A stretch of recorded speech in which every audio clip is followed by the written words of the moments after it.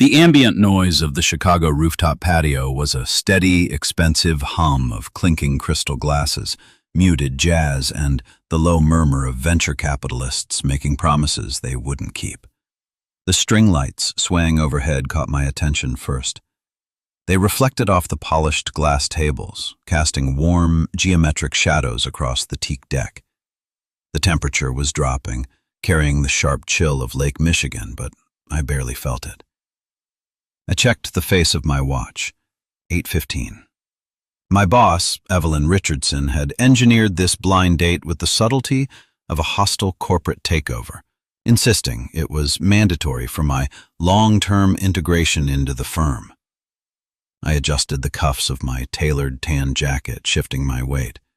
I didn't want to be here. I had 3 offshore shell accounts to trace before Monday, and human interaction outside of a boardroom was an inefficient use of bandwidth. But Evelyn signed my checks, and in my line of work, forensic accounting and corporate risk mitigation, you didn't ignore a direct order from the CEO.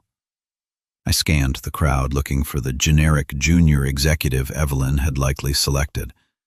Then I saw the discrepancy. She stood near the wrought iron railing, entirely out of place among the heavily manicured, hyper-vigilant finance crowd. She wore a teal V-neck dress that moved fluidly with the evening wind, a simple silver pendant resting at her collarbone. I approached, my footsteps masked by the jazz trio in the corner, keeping my breathing even and my posture relaxed. As I stepped into her line of sight, she didn't offer the polite, nervous smile I was accustomed to in these forced social transactions. Instead, she maintained steady, unblinking eye contact. She raised her right arm, letting her hand settle casually behind the nape of her neck to adjust her dark hair against the wind. The motion deliberately, almost clinically, revealed a natural shadow of underarm hair. She held the pose. She was watching my face for the flinch. She was waiting for the subtle recoil, the polite clearing of the throat, or the fabricated excuse to leave that most men in my tax bracket would instantly deploy. My stomach dropped, not from the visual, but from the sudden, sharp realization of the psychology at play. I kept my hands loosely in my pockets. My expression remained completely level. I didn't look away from her eyes, refusing to take the bait. I had spent 6 years dismantling complex financial fraud. I knew a deliberate filtering mechanism when I saw one. Her test had a specific purpose. It was designed to immediately eliminate anyone who valued superficial presentation over substance.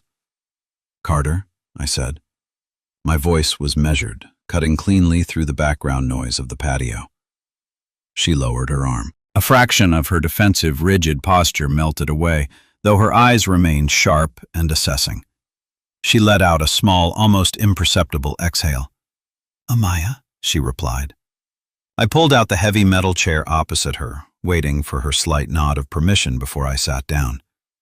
Amaya Richardson, Evelyn's daughter. The CEO had sent her 37-year-old daughter, the director of operations, on a blind date with her 30-year-old forensic accountant. I ran the variables through my head. The math was entirely wrong for a simple romantic setup. Evelyn didn't do romance. She executed strategy. I picked up the condensation-slicked water glass in front of me, letting the cold ground me. "Your mother didn't send me here for my charming personality, and you didn't agree to this just to test my social conditioning," I observed, keeping my tone conversational but direct. "What's the actual liability we're dealing with, Amaya?" She looked at me for a long moment. Then she reached into her structured leather tote bag on the floor and pulled out a thick manila envelope. She slid it across the glass table. It stopped exactly an inch from my water glass. "My ex-fiancé, Marcus," she said, her voice dropping to a low, insulated register that wouldn't travel past our table. "He's a senior analyst at our rival firm, Vanguard Equity. He retained access to a legacy server before the breakup." She tapped the thick envelope with one manicured fingernail. "Those are printed screenshots of my personal emails. combined with draft acquisition files for my mother's company. He's threatening to leak them to the financial press tomorrow at noon if I don't resign and forfeit my shares. He's framing it as insider trading. I didn't open the envelope in the open air. I slid my hand over the thick paper, feeling the physical weight of the leverage. This was an extortion play, cleanly documented and aggressively timed. If he has the access logs, you need a forensic extraction to prove the timestamps and metadata were altered, I said, my mind already running through the data pathways, compartmentalizing the threat. But why me? Evelyn has an entire cybersecurity division on the 10th floor. Because my mother doesn't know yet, Amaya said. The edges of her voice frayed slightly, revealing the absolute panic she was holding back. If she finds out I let Marcus retain access, even accidentally, she won't just fire me. She'll remove me from the board to protect the stock price. I need someone who understands the financial data structures, who can prove the digital forgery, and who can keep their mouth permanently shut. She leaned forward, the teal fabric shifting, the silver pendant catching the light. I have a meeting with him and his lawyer tomorrow morning at 8. I need a witness, an escort who knows corporate law and won't be intimidated by a threat. I looked at the pendant resting against her skin, then back up to her eyes. She was terrified, hiding it behind a wall of pure defiance and tailored clothing. My career obsession dictated a very clear path. I should stand up, walk away, report this liability directly to Evelyn tomorrow morning and secure my promotion to junior partner. But the idea of leaving her to face a blackmailer in a closed room alone felt like a fundamental failure in basic logic. I'll be in the lobby of his building at 7:45 a.m., I said. Bring the original physical hard drive. The relief in her shoulders was microscopic, but I saw it. The tension in her jaw unlocked just enough for her to take a real breath. The transaction was set, but the sudden gravity keeping me anchored to this chair had nothing to do with my job description. At 7:45 the next morning, the glass-paneled conference room of Marcus's legal firm felt like a refrigerated vault. The air conditioning was turned up too high, a classic intimidation tactic to make the opposing party physically uncomfortable. I stood near the floor-to-ceiling window, my leather briefcase resting on the heavy mahogany table. Amaya sat beside me. She wore a structured charcoal blazer, her posture perfect, her hands folded neatly in her lap. I noticed the slight, rapid tremor in her left thumb. It was the only tell she had. Without looking at her or making a show of it, I slid my thick legal pad and metal pen an inch to the right, creating a subtle visual barrier between her hands and the doorway. Marcus walked in a moment later. He was flanked by a lawyer whose bespoke suit cost more than my first car. Marcus offered Amaya a polished, condescending smile that didn't reach his eyes. Amaya, you brought an accountant. How incredibly practical, Marcus sneered, pulling out his chair. I didn't offer my hand. I let the silence stretch for exactly 3 seconds, controlling the pacing and the temperature of the room. Carter Dunn, I said. My voice was measured, stripped of any warmth or social pleasantry. I handle risk mitigation for Richardson Holdings. The lawyer ignored me. He pulled a thick, staple-bound document from his leather satchel and slid it across the polished wood toward Amaya. This is a standard non-disclosure and resignation agreement, Miss Richardson. Sign it, and the data regarding your indiscretions remains permanently offline and out of the press. Amaya reached for the silver pen resting beside the document. Her breathing was shallow. Wait, I said. My voice wasn't loud, but the absolute certainty in it stopped her hand mid-air. I pulled the document toward me. I didn't bother reading the boilerplate introduction. I flipped directly to the indemnification clauses on page 4. My eyes scanned the dense legal text, my mind automatically parsing the syntax and identifying the structural liabilities. I found the trap in subsection C. This isn't a simple NDA, I stated, tapping the heavy paper with the back of my pen. Subsection C waives her right to dispute any future intellectual property claims made by Vanguard Equity. If she signs this, you aren't just taking her shares, you're taking the patent rights to the logistics software she developed and coded last year. Marcus's polite smile vanished instantly. The lawyer shifted his weight, his expensive leather chair creaking loudly in the quiet room. I suggest you rewrite it, I told the lawyer, my tone perfectly flat and devoid of emotion. Or better yet, don't, because the screenshots you're using as leverage are digitally altered. I've already requested a preservation order on Marcus's IP address and MAC address logs from the regional telecom provider. It was a slight bluff on the exact timing, but delivered with absolute lethal certainty. Amaya exhaled, a shaky, quiet sound of pure relief. Marcus stood up abruptly, his chair scraping against the floor, his face flushed with sudden anger. He didn't say a word as he grabbed his briefcase and walked out.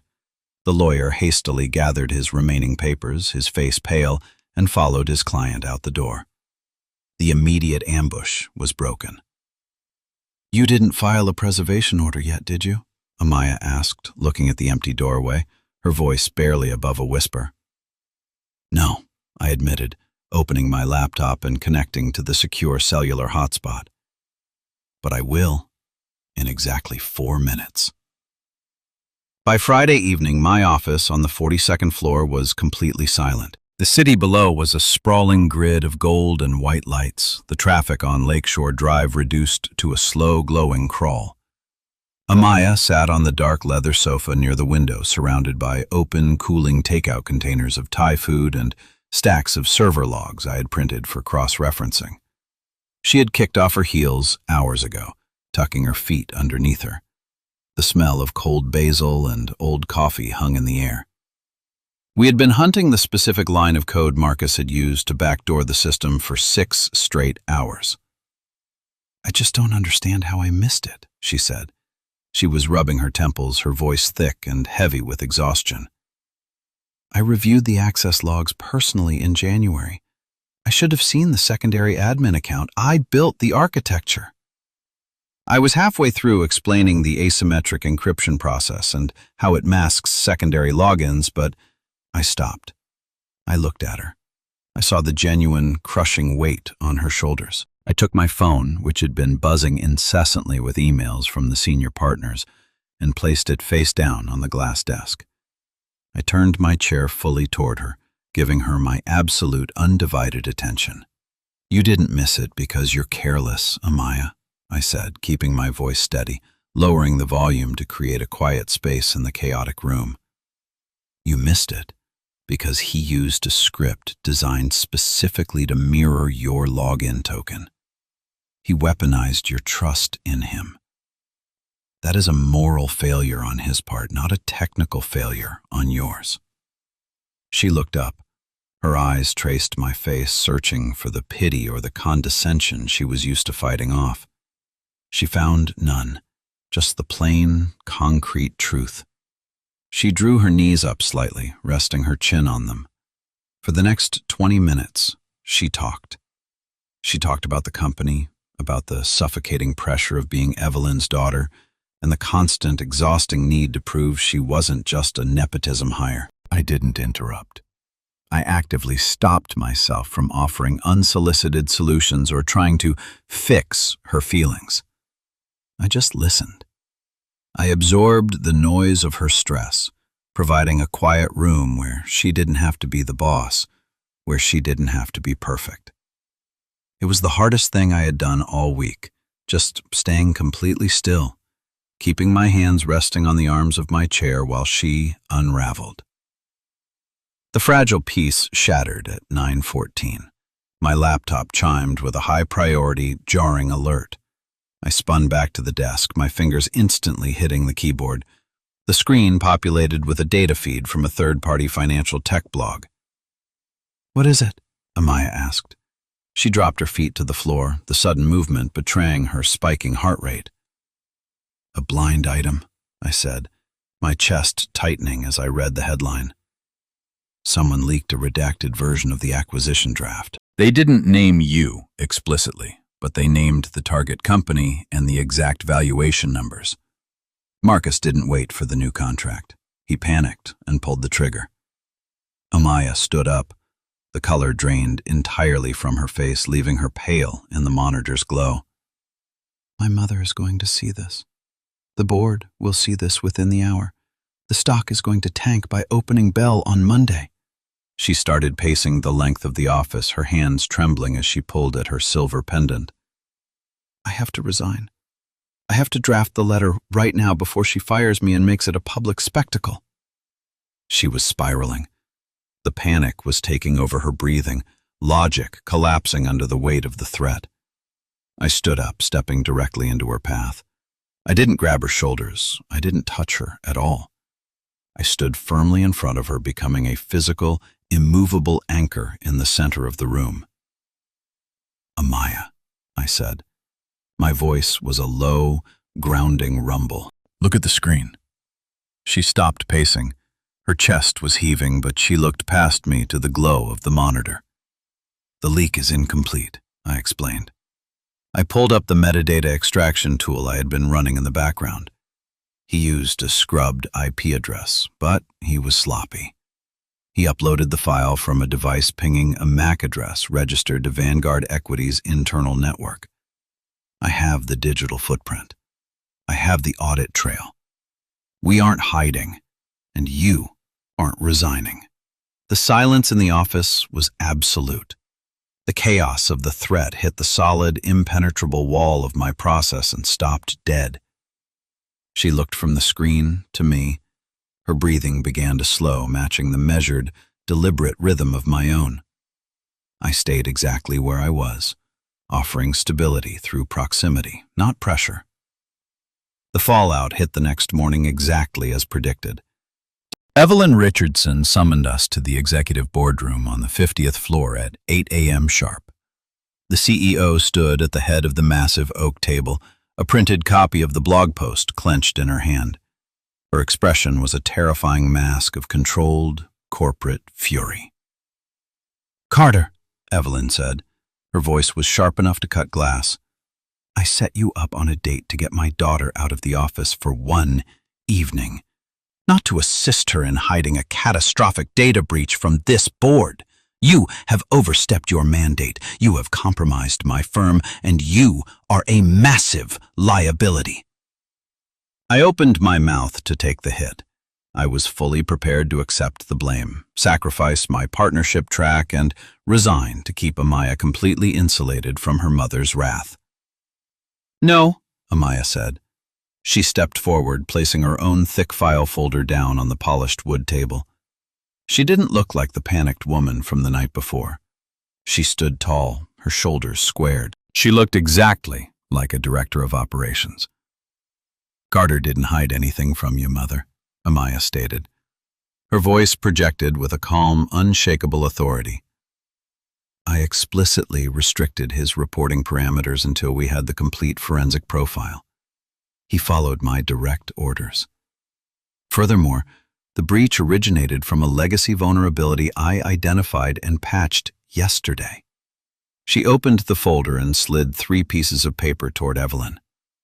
"Here is the chain of custody log, the hash validation, and the MAC address trace proving the leak came directly from Marcus Vance's terminal at Vanguard. Carter secured the evidence legally. We have the leverage now, not them." Evelyn picked up the file. Her eyes scanned the highly technical, undeniable documentation I had prepared the night before. She looked at the facts, then looked up at her daughter. Amaya had corrected the misinformation, absorbed the heat, and shifted the entire power dynamic of the room without ever raising her voice. I stood slightly behind her. I watched her command the space, feeling a profound, heavy sense of pride that had absolutely nothing to do with accounting or risk mitigation. By Tuesday afternoon, the threat was entirely dead. Armed with the irrefutable data trace, our legal department bypassed Marcus entirely and sent a targeted cease and desist directly to the senior partners at Vanguard Equity, complete with a draft injunction for corporate espionage. They terminated Marcus within the hour to protect their own firm. The non-disclosure agreement he had tried to force on Amaya was physically shredded in our office. The relief was practical, measurable, and permanent. But the silence that followed in the subsequent days felt heavy. With the transaction complete and the threat neutralized, the logical, professional reason for us to be in the same room evaporated. We passed each other in the hallways, exchanging polite nods. I buried myself in the offshore accounts, but the numbers on my screen felt entirely meaningless. On Thursday evening, the company hosted its quarterly stakeholder reception on the same rooftop patio where we had first met. I stood near the far railing, nursing a club soda, watching the Chicago skyline light up against the dark sky. I had spent my entire adult life organizing data, calculating profit margins, and avoiding the messy unpredictability of human connection. Now, the absolute predictability of my career felt hollow. "You're not wearing the tan jacket," a voice said, cutting clearly over the jazz music. I turned. Amaya stood there. She was wearing a sharp, tailored navy suit, looking every bit the successor to the company. She looked powerful, untouchable. "It's at the dry cleaners," I said. A faint, genuine smile broke through my usual stoicism. She stepped up to the railing beside me. The ambient light caught the silver pendant at her neck. "The board voted an hour ago," she said, looking out at the city lights. "They approved the new security protocols you drafted. Unanimously." "That's good," I replied. I kept my hands resting flat on the cold iron of the railing, forcing myself not to reach out. "It's the correct policy. It will protect the firm." She turned to face me, the space between us closing just a fraction of an inch. "I have a meeting with the Tech Infrastructure Committee in 10 minutes. I need to introduce them to the lead consultant on the project." She paused. Her eyes searched mine, stripped of all corporate defenses, completely open. "And I need to introduce them to my partner." She was making the choice. She was making it publicly, irreversibly, and on her own terms. I turned fully toward her. I didn't offer a clever negotiation. I didn't calculate the risk. I simply reached out and took her hand. The tremor in her fingers was completely gone, replaced by a solid, warm, reassuring grip. The noise of the patio, the stress of the firm, the endless calculations running in my head, all of it faded into complete, profound silence. It wasn't a sudden jolt of electricity. It was the heavy, undeniable feeling of dropping an anchor in a storm. I leaned down, and my lips met hers. It was a soft, gentle pressure. It was a seal on a promise that didn't require a single legal clause or signature to enforce. It felt like absolute finality. It felt like coming home. "Let's go," I said softly, stepping back to walk beside her into the crowded room. Closing thoughts. I learned that true integrity means winning the right way, because a victory built on manipulation is actually a loss. Real love isn't about control or finding someone to rescue. It's about providing a safe room where someone can stand in their own power. Please like and subscribe so we can share more stories like this.